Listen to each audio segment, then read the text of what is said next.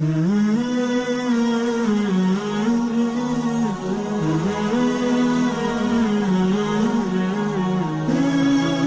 دوستو، ہم اللہ سے اللہ کی محبت مانگیں. والذین آمنوا اشد حبا للہ، جو لوگ اللہ پہ ایمان لائے وہ اللہ تعالیٰ سے ٹوٹ کے محبت کرتے ہیں، لیکن اس کے کچھ ضابطے ہیں. آج کی اس مجلس میں ہم اس سبق کو ذرا اچھی طرح سے سمجھ لیں کہ اللہ تعالیٰ سے ہم محبت کے لیے کیا اسباب اختیار کریں. حالانکہ محبت ایسی چیز ہے، یہ غیر اختیاری ہے. کوئی یوں کہے ہم سے، ہم اس سے کہیں کہ بھائی تم آتے نہیں میرے پاس، وہ اگر یوں کہے کہ جی ہاں ذرا دور ہے اور تھوڑا مشکل ہے، یہ علامت ہے اس بات کی کہ اس کو محبت نہیں ہے. اس کو محبت نہیں ہے، اس کا عذر چپ چاپ قبول کر لو، آگے کچھ بولنے کی ضرورت ہی نہیں ہے. اس لیے کہ جو چیز لاتی ہے وہ محبت ہوتی ہے، اور محبت پھر مسافتیں کیا ہوتی؟ محبت کے اندر مسافت پھر کوئی مقام نہیں رکھتی. ایک نوجوان تھا، کسی دکاندار لڑکی سے اسے محبت ہو گئی. ایک دکاندار تھا، نوجوان لڑکا، اس کے ہاں ایک نوجوان لڑکی سودا لینے کے لیے جاتی تھی اپنے گھر کا، اس کو اس سے محبت ہو گئی.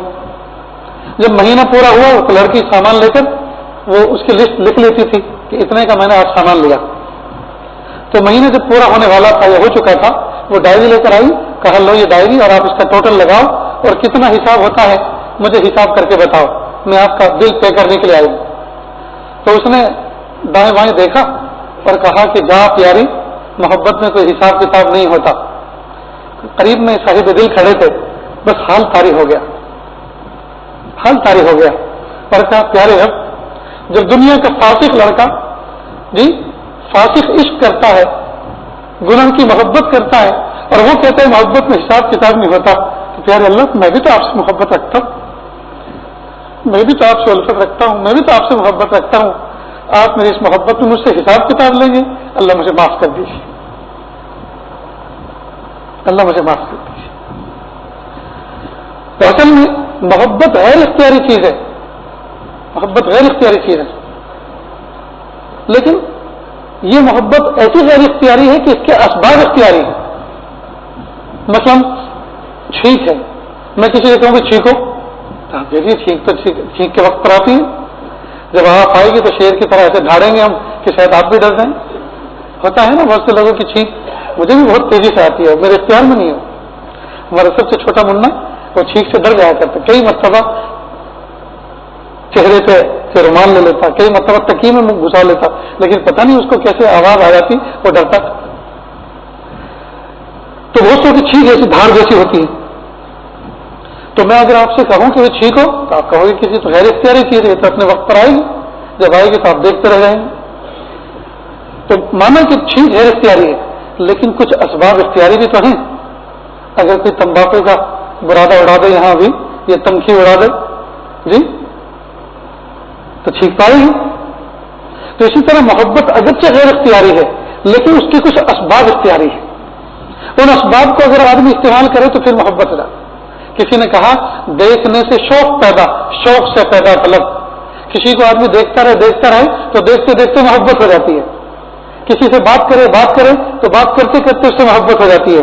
اسی لیے کہا کہ نظریں قابو میں رکھو جی، نظریں قابو میں رکھو، نگاہیں قابو میں رکھو، بات کا سلسلہ محدود کرو ورنہ محبت ہو جائے گی. حضرت موسیٰ علیہ السلام اللہ سے ہم کلامی کرتے تھے. کسی نبی نے اللہ کو دیکھنے کے لیے نہیں کہا کہ آپ دکھائیے، لیکن حضرت موسیٰ علیہ السلام نے دیکھنے کے لیے کہا. کیوں؟ بات جو کرتے تھے. اللہ میں آپ کو دیکھنا چاہتا ہوں. اس لیے ایک اصول بنایا گیا کہ غیر محرم عورتوں سے زیادہ گفتگو نہ کریں. گفتگو کریں گے تو محبت ہو جائے. اس لیے اکھڑے بات کریں، اجنبیوں کی طرح بات کریں، نظریں سنبھال کے بات کریں. تو محبت خود غیر اختیاری ہے، لیکن اس کے اسباب کچھ اختیاری ہیں. لہذا یہ حدیث آپ کے سامنے محبت، اللہ تعالیٰ سے محبت پیدا کرنے کے 5 اسباب بیان کرتا ہے. آپ دل کے کانوں سے سنیں اور نیت یہ کریں کہ اللہ تعالیٰ یہ 5 اسباب، ان پر ہمیں عمل کرنے کی توفیق عطا فرما. ایک سبب اللہ کی محبت حاصل کرنے کا یہ ہے کہ ہم کثرت سے اللہ کا ذکر کریں. ذکر اللہ، چلتے پھرتے اٹھتے بیٹھتے، جی ذکر اللہ. پھر اس میں ساری قسمیں آگے ذکر کی، سبحان اللہ، الحمدللہ، اللہ اکبر، جی، یا کوئی پیارا جملہ، پیارے اللہ معاف کر دیجئے، پیارے اللہ اپنا بنا لیجئے، یہ سب ذکر اللہ میں داخل ہے. چاہے ذکر لسانی ہو، چاہے ذکر قلبی ہو، چاہے یعنی اللہ تعالیٰ سے جوڑنے والی ہر چیز اس میں داخل ہو گئی. ٹھیک ہے، تو کثرت ذکر اللہ، سبحان اللہ، الحمدللہ، اللہ اکبر، جی، محبتوں کے ساتھ، عظمتوں کے ساتھ ذکر اللہ کریں. اور اگر کوئی شیخ میسر ہو جاتا ہے ذکر بتانے والا، وہ جو ترتیب بتائے اس کو دل و جان سے بڑی چاؤ کے ساتھ، محبتوں کے ساتھ اسے پورا کریں. جی، تنہائیوں میں، جلوتوں میں، خلوتوں میں، جیسے موقع مل جائے اللہ تعالیٰ سے صبح شام، جی، اس کو استعمال کریں. تو کریں گے نا انشاءاللہ. بعض لوگ ایسا ذکر کرتے ہیں کہ وہ تو ذکر کے مزے پاتے ہی ہیں، جو ان کا ذکر سن لیں اس کا بھی دل، اس کا بھی منہ میٹھا ہو جاتا ہے، اس کا بھی منہ میٹھا ہو جاتا ہے. اس لیے یہ آج کل جو ذکر جہری کراتا ہے اور بہت کو بتاتا ہے، بہت سے لوگوں کو ذکر قلبی سے مناسبت زیادہ ہوتی ہے، مراقبے، جی، مراقبات اور مشاربات سے مناسبت ہوتی ہے. الحمدللہ وہ اس لائن کا سبق پوچھتے ہیں تو ان کو بتاتے ہیں، وہ اس لائن سے آگے ترقی کرتے ہیں. بہت سے یہ ہوتے ہیں کہ مراقبوں میں کھو جاتے ہیں، گم ہو جاتے ہیں، وسوسے بہت آتے ہیں، زمانہ ہو گیا تو ان کو ذکر جاری بتایا تو الحمدللہ وہ اس میں آگے بڑھ رہے ہیں. بہرحال اپنے شیخ سے پوچھ کر، اپنی کیفیات بتا کر، جس لائن کا وہ ذکر بتائیں اس ذکر کو مضبوطی کے ساتھ پکڑ لیں اور اس کو ہر حال میں کریں. خوشی ہو، غمی ہو، سفر ہو، حضر ہو، اس کے لیے وقت نکال کر اس ذکر کے معمول کو پورا کریں. تو ایک سبب ہے اللہ کی محبت کے حاصل کرنے کا ذکر اللہ، تو کریں گے نا انشاءاللہ.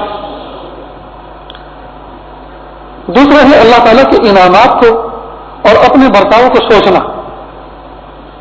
تو پہلا ہے ذکر اور دوسرا ہے فکر. اللہ تعالیٰ نے جو ہمیں انعامات دیے، ان انعامات کو ہم شمار کریں، گنیں اور تصور کریں ان کا. پیارے اللہ، جی، آپ نے مجھے ہاتھ دیے، تنہائی میں جب کوئی نہ ہو اس وقت غور کریں، تنہائی میں فکر کا جو مراقبہ کریں. پیارے اللہ، آپ نے مجھے ہاتھ دیے، ہاتھ نہ ہوتے لولا ہوتا، پیر نہ ہوتے لنگڑا ہوتا، آنکھیں نہ ہوتی اندھا ہوتا، کان نہ ہوتے بہرا ہوتا، دماغ نہ ہوتا پاگل ہوتا. میرے پیارے اللہ، آپ نے مجھے کتنی اچھی صحت عطا فرمائی، لیکن ہائے افسوس اس صحت سے میں اچھے کام نہ کر سکا. میں گناہوں میں پہلوان ہوں، گناہوں پہ چلنے میں پہلوان ہوں، بدکاری بدکرداری کی طرف چلنے میں میں پہلوان ہوں، لیکن خیر کے کام کرنے میں پیارے اللہ کبھی بھی میں قدم نہیں بڑھاتا. ہائے پیارے افسوس، پیارے اللہ افسوس، پیارے اللہ افسوس، مجھے معاف کر دیجیے. تو اللہ تعالیٰ نے جو نعمتیں عطا فرمائی، جی، ان کو سوچے، ان کو سوچے. اور میں جو اللہ تعالیٰ کے ساتھ بہیو کر رہا ہوں، میرا جو اللہ کے ساتھ برتاؤ ہے، میرا جو رپلائی ہے، بجائے اس کے کہ میں تشکر کا رپلائی کرتا، جی، بجائے اس کے کہ میں ان نعمتوں کا حق ادا کرنے کی کوشش کرتا، جی، برخلاف اس کے میں معصیت سے اللہ تعالیٰ کی نعمتوں کا جواب دے رہا ہوں. اس پر غور و فکر کریں. تو اللہ تعالیٰ کے انعامات کو سوچیں اور ہم جو پلٹ کر اللہ تعالیٰ کے انعامات پر جواب دے رہے ہیں نعمتوں کا، اس پر غور کریں اور اللہ تعالیٰ سے معافی مانگیں، شکر کریں. تیسرا ہے اہل اللہ سے تعلق. جب کوئی آدمی کسی آدمی سے محبت کرتا ہے، کسی سے تعلق کرتا ہے، تو اس کی صفات اس کے اندر منتقل ہوتی ہیں. کئی مرتبہ دیکھا گیا کوئی آدمی کسی ڈون قسم کے آدمی کے پاس بیٹھنے لگتا ہے تو اسی کی اسٹائل میں سگریٹ پیتا ہے، اسی کی اسٹائل میں چلتا ہے، حالانکہ لینے کا کچھ نہیں، جی، لیکن چونکہ اس کی صحبت میں رہتا ہے تو اس کی صحبت کے اثرات اس کے اندر آ رہے ہیں. سگریٹ اسی انداز سے پیے گا، جی، پان گٹکا اسی انداز سے چبائے گا، بال اسی کے انداز سے بڑھائے گا، جی، لباس اسی کے انداز کا پہنے گا اور اسی کی بولی بولے گا. ابتدا بھی گالی سے اور انتہا بھی گالی پر ہوتا ہے نہیں، آئے دن دیکھتے ہیں. تو جب کوئی آدمی کسی برے کی صحبت میں رہتا ہے تو برے اثرات آتے ہیں. اور جب اچھے کی صحبت میں رہتے ہیں تو اچھے اثرات آتے ہیں، اچھے اثرات. آپ نے مدارس طلبا کی کثرت سے ماشاء اللہ بیٹھے ہوئے ہیں، دیکھا ہوگا بہت سے طلبا جو تکرار کراتے ہیں وہ بالکل استاد کے انداز کا، استاد کے انداز. کئی مرتبہ وہ حرکت بیچ میں کوئی کھانسی کی ہے، کوئی پانی پینے کی ادا ہے، وہ بھی اسی انداز سے تھوڑی سی تفریح ہو جاتی ہے سب کے سامنے. جی بہرحال اچھی چیزوں کی نقل کرنی چاہیے، اور اگر کوئی کمی ہو کسی کے اندر تو اس کو کسی عذر پر محمول کرنا چاہیے. بہرحال تو جو آدمی جس کے ساتھ رہتا ہے اس کی نقل کرتا ہے، تو اہل اللہ کی صحبت میں رہے گا تو اہل اللہ کی صحبت کا اثر آئے گا. وہ چونکہ اللہ والے ہوتے ہیں، اللہ سے محبت کرنے والے ہوتے ہیں، جی تو یہ جذبہ ہمارے اندر بھی پیدا ہوگا. تو تیسری چیز یاد رہے گی اہل اللہ سے تعلق. چوتھی چیز ہے اللہ تعالیٰ نے جتنے ہمیں احکام دیے ہیں ان کی پابندی.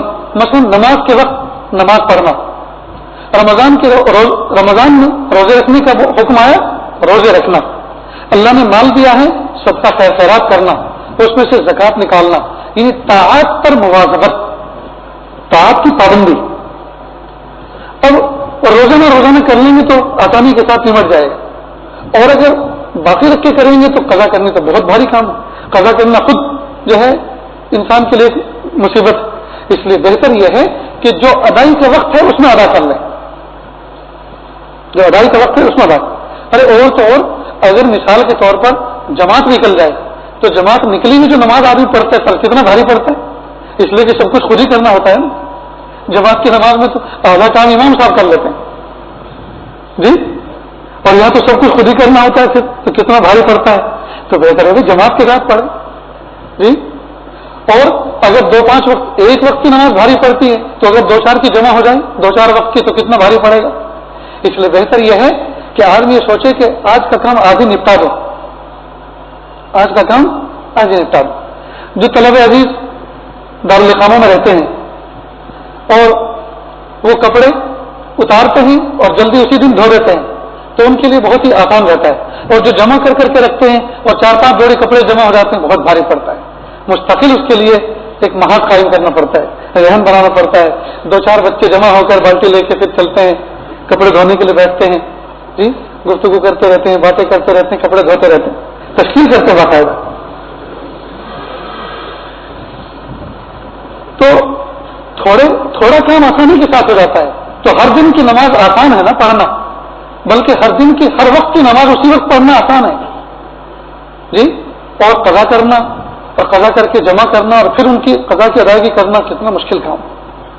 اس لیے جو طاعات اللہ پاک نے ہمارے طرف مخاطب فرمائی ہیں، ہماری طرف متوجہ فرمائی ہیں، ہم اس کو اسی وقت میں انجام دے لیں تو دیکھیے کتنا آسان رہے گا. سفر کی نمازیں ہرگز نہ چھوڑیں. کئی مرتبہ حضر کی نمازیں تو پڑھتے ہیں، سفر میں سوچتے ہیں نماز فرض نہیں اور حجاب محسوس کرتے ہیں. یہ بہت بڑی بے غیرتی کی بات ہے کہ جو لوگ اللہ کے دشمن ہیں، جو اللہ کے مخالف ہیں جی، جو اللہ کے باغی طاغی بن کے زندگی گزار رہے ہیں، ہم ان سے حیا کریں اور ان کے سامنے ہم نماز ادا نہ کریں. یہ کتنی بڑی بے غیرتی کی بات ہے. نہیں، ہم ہر سفر کے اندر نماز پڑھنے کا آسان طریقہ یہ ہے کہ ایک تو باوضو رہیں اور اول وقت پڑھ لیں. اول وقت میں اول منزل تو پڑھنے کی کوشش کریں. یہ نہ سوچیں کہ آگے چل کے پڑھ لیں گے، اس لیے کہ آگے چل کے پتہ نہیں کیا کنڈیشن بنتی ہے، ٹریفک جام ہو جاتا ہے، وضو رہتا ہے کہ نہیں رہتا، پھر موقع ہے کہ نہیں ہے، جگہ مناسب ہے کہ نہیں ہے، استنجے کی جگہ وضو کی جگہ میسر ہے کہ نہیں ہے. بڑے مسائل ہوتے ہیں. ابھی وضو بھی ہے، موقع بھی ہے اور وقت شروع ہو چکا، فوراً پڑھ ڈالیں تاکہ ایک فریضہ ادا ہو جائے. اور 5واں ہے دعا کا اہتمام کرنا. دعا کے ذریعے سے ہم اللہ تعالیٰ کا قرب حاصل کریں، دعا کے ذریعے سے اللہ کی محبت حاصل کریں. دیکھو دوستو، اس بات کو اچھی طرح سے سمجھ لیں کہ ہم لوگوں نے دعا میں بہت کم وقت دیا ہے، اس لیے اللہ سے ہم دور ہوتے جا رہے ہیں. جو آدمی دعا میں جتنا زیادہ وقت لگاتا ہے اللہ تعالیٰ کا اتنا زیادہ قرب اس کو نصیب ہوتا ہے. وجہ اس کی یہ ہے کہ دعا جب بندہ کرتا ہے تو اس کو اس بات کا احساس ہوتا ہے کہ کوئی ذات میری دعا کو سن رہی ہے، کوئی ذات ہے، کوئی ہستی ہے جو میری دعا پر توجہ دے رہی ہے. تو ظاہری بات ہے تو جتنی دیر ہم دعا کریں گے اتنی دیر اللہ کے قرب کا احساس تو ہوگا نا، اللہ کے قرب کا احساس ہوگا. اور جب ہم انداز تخاطب اپنائیں گے، پیارے اللہ معاف کر دیجئے، پیارے اللہ دے دیجئے، پیارے اللہ ہر چیز تو آپ سے مانگتا ہوں کہ یہ کس سے مانگوں، پیارے اللہ مجھے رسوائی سے بچائیے، مخلوق کے سامنے ہاتھ پھیلانے سے بچائیے. جب آدمی ان شیروں کے ساتھ اللہ تعالیٰ کو بار بار یاد کرے گا تو اللہ تعالیٰ کی ذات کے ساتھ اجنبیت نہیں رہے گی. یہ آج مثال دیا کرتا ہے کہ بہت سے لوگ پاسپورٹ کی انکوائری ہو اور جانا ہو ان کو تحصیل میں پولیس چوکی، تو جس پولیس چوکی سے بچنے کے لیے ہمیشہ دعا مانگی کہ اللہ تھانے کچہریوں سے بچائیے، ہاسپٹلوں سے بچائیے، تو جس کے لیے دعا کر رکھی آج اسی سے سابقہ جانا ہے تو کتنا بھاری پڑتا ہے. کڑوی دوائی پینا اتنا مشکل نہیں جتنا پولیس چوکی جانا مشکل ہوتا ہے. اب آدمی کسی کا سہارا ڈھونڈتا ہے، یار میں تو کبھی جاتا بھی نہیں اور مجھے تو وحشت ہوتی ہے، تو دوسرے کہتے ہیں میں چلتا ہوں تمہارے ساتھ. اب جو آدمی لے کے چلتا ہے تو دور سے کہتا ہو صاحب کم چھو ہے کہ نہیں، دور سے سلوٹ مارتا ہے، ہاتھ ملاتا ہے، بیٹھتا ہے اور ابے تبے سے بات کرتا ہے، تو تڑاک سے بات کرتا ہے. تو یہ بے تکلفی تو کیوں؟ اس لیے کہ اس نے اس سے راہ و رسم بنا رکھی ہے، روزانہ ملتا ہے، روزانہ فون پہ بات کرتا ہے، روزانہ اس طرح کے معاملات حل کرتا ہے، تو چونکہ اس کو مناسبت ہو گئی اس لیے بے تکلفی اٹھاتا ہے. اور ہمیں مناسبت نہیں ہے تو وحشت معلوم ہوتی. ٹھیک اسی طرح جب ہم دعا کر کر کے روزانہ اللہ تعالیٰ سے ایک مناسبت پیدا کر لیں گے اللہ تعالیٰ سے جی، تو یہ محبت پیدا ہو جائے گی، محبت پیدا ہو جائے گی. جب اللہ سے محبت پیدا ہو جائے گی تو پھر سارے مسئلے حل ہو جائیں گے. تو دعا کے ذریعے سے ہم جی اللہ تعالیٰ سے محبت پیدا کریں. تو یہ 5 اسباب میں سے ایک بہت بڑا سبب ہے اللہ تعالیٰ کی ذات کے ساتھ محبت پیدا کرنے کا. میرے ایک صاحب نسبت پیر بھائی میرے ایک دوست ہیں، بہت سی جگہوں کا نام لینا مناسب ہوتا ہے، بہت سی جگہوں کا نام چھپانا مناسب ہوتا ہے. تو ایک مرتبہ رمضان مبارک کے مہینے میں ایک جگہ خانقاہ تھی، تو ہم ان کو تلاش کرنے کے لیے پہنچے اور مسجد میں ٹھنڈی کا موسم تھا. معلوم کیا کہ بھائی اللہ ہمارے دوست تھے، وہ کہاں ہیں، کہاں آئے تو ہیں. وہ پتہ چلا ٹھنڈی کا موسم اور وہ چھت پہ مسجد پہ بیٹھے ہوئے، مسجد چھت پہ بیٹھے ہوئے. تو خیر ان کو اتارا گیا، نیچے بلایا ان کو. ہم نے پوچھا بھائی وہاں ٹھنڈی میں کیا کر رہا تھا؟ تو کہا اللہ سے بے ڈھنگی باتیں کر رہا تھا. میں کہا یہ کیسے ہوتی ہیں اللہ سے بے ڈھنگی باتیں؟ تو کہا اللہ سے کہہ رہا تھا اللہ تو میرا کیا لگتا ہے اور میں تیرا کیا لگتا ہوں، تو میرا کیا لگتا ہے میں تیرا کیا لگتا ہوں. یہ محبت کی قبیل کی باتیں ہیں. جب اللہ کی ذات کے ساتھ بندے کو ایک خاص مناسبت ہو جاتی ہے تو پھر اللہ سے باتیں کرتا ہے، تنہائیوں میں باتیں کرتا ہے جی، اور مناجات میں بات کرتا ہے، دعاؤں میں بات کرتا ہے. تو دعا میں ہم رٹے رٹے الفاظ سے کام نہ لیں، رٹے رٹے الفاظ سے کام نہ لیں. آج امت میں عجیب معاملہ ہے کہ دعا کے اندر کم سے کم وقت لگاتے ہیں اور دعا مذاق کے انداز سے دعا کرتے ہیں. یعنی کئی مرتبہ لگتا ہے کہ یہ دعا نہیں کر رہے بلکہ توہین کر رہے ہیں. ہاتھوں میں ہاتھ پھنسا رکھے ہیں، انگلیوں میں انگلی پھنسا رکھی ہیں جی، اور دائیں بائیں دیکھ رہے ہیں، رٹے رٹے الفاظ ربنا آتنا فی الدنیا حسنہ وفی الآخرۃ حسنہ وقنا عذاب النار جی، اور بس اللہ اللہ کر کے چلے گئے. یعنی اس کو یہی پتہ نہیں کہ اللہ سے مانگا کس طرح سے. آپ یہ جو جہری دعائیں ہیں دوستوں، یہ جہری دعائیں اسی لیے کرتے ہیں تاکہ لوگوں کو تعلیم ہو جائے کہ دعا کا مضمون کیسے باندھا جاتا ہے، کس طرح الفاظ کا انتخاب کیا جاتا ہے، اللہ سے مانگ کس کس لائن سے کس طرح سے مانگا جاتا ہے. یہ علماء مشائخ یہ جہری دعائیں اس لیے کراتے ہیں، ورنہ حقیقت یہ ہے کہ جتنا سر کے ساتھ سری انداز میں مانگے اللہ سے اتنا ہی زیادہ بہتر ہے. اس لیے اس کو بھی سیکھنا چاہیے، اس کو بھی سیکھنا چاہیے کہ ہم اللہ تعالیٰ سے دعا کس طرح سے مانگیں. تو دعاؤں کے ذریعے سے اللہ کا قرب حاصل کریں اور دعاؤں کے ذریعے سے اللہ کی ذات کے ساتھ محبت کا رشتہ قائم کریں. لہذا گھڑی نہ دیکھ کر بیٹھا کریں جی، بلکہ آج اس کو کہا کرتا ہے کہ مثال کے طور پر آپ کے بہت اہم کچھ مسائل ہیں اور وہ حل نہیں ہو رہے، تو جس وقت سب مسجد میں بیٹھے اس وقت تو آپ نے دعا کی، لیکن کبھی کبھی آپ ایسا ٹائم منتخب کرو جس وقت کوئی نہ ہو مسجد میں کوئی نہ ہو، اور مسجد میں آ کر ایک کونا پکڑ لو اور کونا پکڑ کر پھر اللہ سے دعا کر اور پھر کہو کہ پیارے اللہ 5 منٹ میں آپ کے پاس آیا ہوں، آپ کے دربار میں 5 منٹ کے لیے. مجھے ڈیوٹی پہ جانا ہے، مجھے بازار میں دکان کھولنی ہے، گاہک انتظار کر رہے ہوں گے، بس میں 5 منٹ آپ سے بات کرنا چاہتا ہوں، اللہ میری بات سن لیجیے.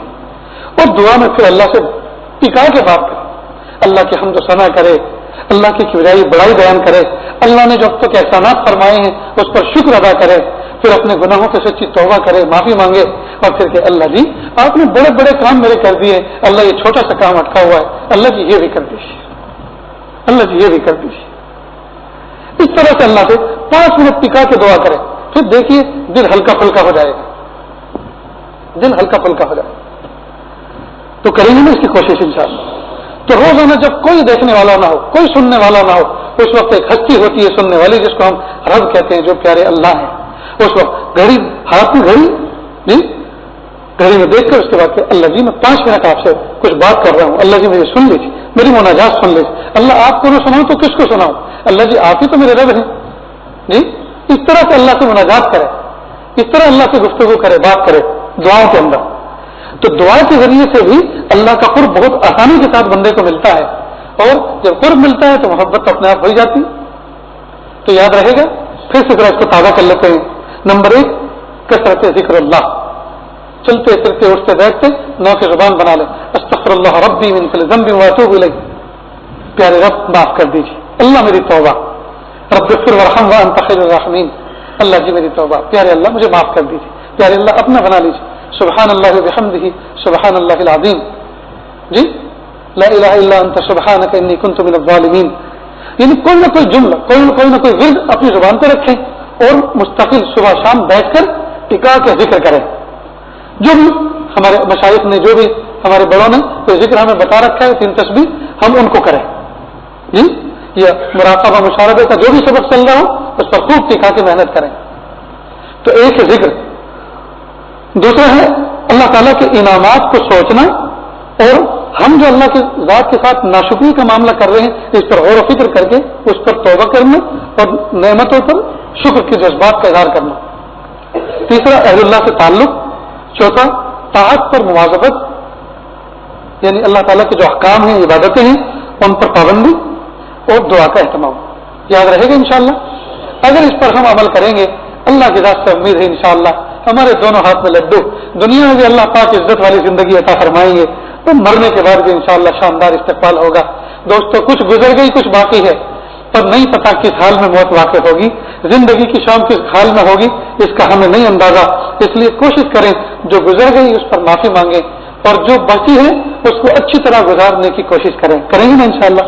اللہ عمل کی توفیق عطا فرمائے۔ وآخر دعوانا ان الحمدللہ رب العالمین۔ کچھ لوگ مجلس سے پہلے درخواست کر رہے تھے کہ ہم توبہ طائب ہو کر نیک بن کر زندگی گزارنا چاہتے ہیں، تو آج اس توبہ کے کلمات پڑھاتا ہے، میرے پیچھے پیچھے ان کلمات کو سچے دل سے پڑھتے چلیں، اور اخلاص کے ساتھ سچے دل سے توبہ کریں، اور آنے والی زندگی کو گزری زندگی سے بہتر گزارنے کی نیت کریں۔ پڑھیں بسم اللہ الرحمن الرحیم۔ لا الہ الا اللہ محمد الرسول اللہ صلی اللہ علیہ وسلم۔ اشہد ان لا الہ الا اللہ واشہد ان محمدا عبدہ ورسولہ۔ استغفر اللہ ربی من کل ذنب واتوب الیہ۔ استغفر اللہ ربی من کل ذنب واتوب الیہ۔ استغفر اللہ ربی من کل ذنب واتوب الیہ۔ وصلی اللہ تعالی علی خیر خلقہ محمد وعلی آلہ واصحابہ اجمعین برحمتک یا ارحم الراحمین۔ اللہ کا شکر ہے، کلمات پڑھنے کے بعد توبہ طائب ہو گئے، اللہ تعالیٰ اس توبہ کو قبول فرمائے۔ 3 تسبیح صبح، 3 تسبیح شام اس کا اہتمام کریں۔ ایک ہے استغفار، دوسرا ہے درود شریف، اور تیسرا کلمہ۔ صبح شام اس کا اہتمام کریں۔ پاؤ پارا قرآن پاک کی تلاوت کا اہتمام کریں۔ چلتے پھرتے اٹھتے بیٹھتے دھیان اللہ کی طرف رکھیں جی، نمازوں کی پابندی کریں۔